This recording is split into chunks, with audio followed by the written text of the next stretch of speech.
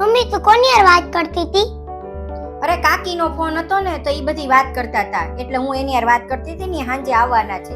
અને હું મમ્મી તો દીદીના લગ્નની અને પૈસાની અને દેખાડો કરવાની પછી બતાવવાની અને બધું દેવાનું બધું મામેરાનું હું વાત કરતી હતી. અરે કાંઈ નહીં, ઈ તો કાકી બધી વાત કરતા હતા કે દીકરીના લગ્ન હોય એટલે દેવું જ પડે ને.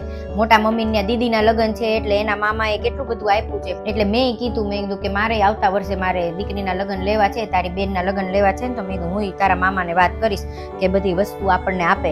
આપણે બધાને દેખાડવું તો પડે ને કે આટલી આટલી વસ્તુ આપી, નહીં બધા વાતું કરે. બોલું તો હું અહીંથી આપણે બધી વસ્તુ આપીએ એટલે દીદીને કાંઈ વાંધો નહીં. અને કાલે ઉઠીને દીદીને કદાચ એને ત્યાં ઘરે ન રહેવું હોય અને અલગથી રહેવું હોય ને તોય કાંઈ ચિંતા નહીં.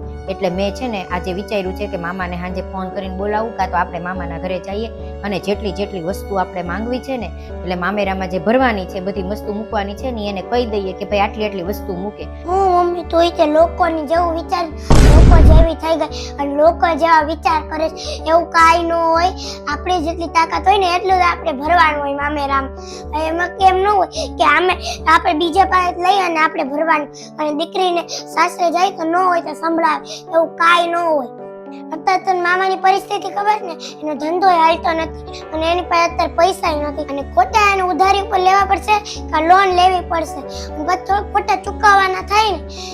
જેની મામાની પરિસ્થિતિ છે ને એટલી આપે ને એટલું લઈ લેવાય. આપણે વધારે આપવું નથી, આપણી જેટલી તાકાત હોય ને એટલે આપણું આપી દેવું. અને તને એવું છે કે જો અત્યારે આપણે મામેરામાં આટલું બધું આપશું અને એને આટલું બધું આપશું તો એને આજીવન ખુશ રાખશે, ત્યારે સંભળાવશે નહીં. જો આપણે લાલચ કરશું અને આપણે એને વધારે પૈસા કરી વધારે દેખાડો કરશું તો એના મનમાં લાલચ જાગશે અને એની આપણી પાસે ખૂબ માંગશે. એની કરતાં આપણે થોડુંક દઈ તો એને મનમાં લાલચ નહીં જાગે. અને મમ્મી તને એક વાત તો કહેવાનું ભૂલી જ ગયો, અને તું જે મામેરું કરતી હતી, મામેરું ભરીએ એનું તો કઈ વાંધો નથી, પણ તને પહેલેથી એવું કેમ થાય કે દીકરી એની યાર નહીં રહે, અલગથી રહેશે?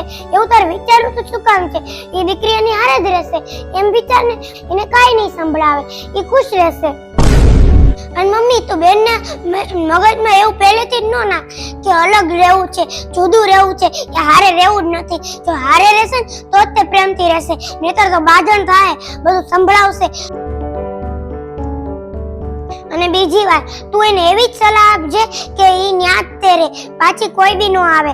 અને જ્યારે મન થાય ત્યારે 1-2 દિવસ માટે જ આવે, નહીતર પછી જો તું પહેલેથી જ એમ કહીશ કે ના ત્યારે જમે ત્યારે અલગ થવું હોય ત્યાં થઈ જાજે તો એ રહી જ નહીં શકે સાસરે. અને 2 દી હું 1 દી અને 1 દી હું તો કહું 1 કલાકમાં પાછી આવશે આપણા ઘરે. આશીબેન વાત તો સાચી છે.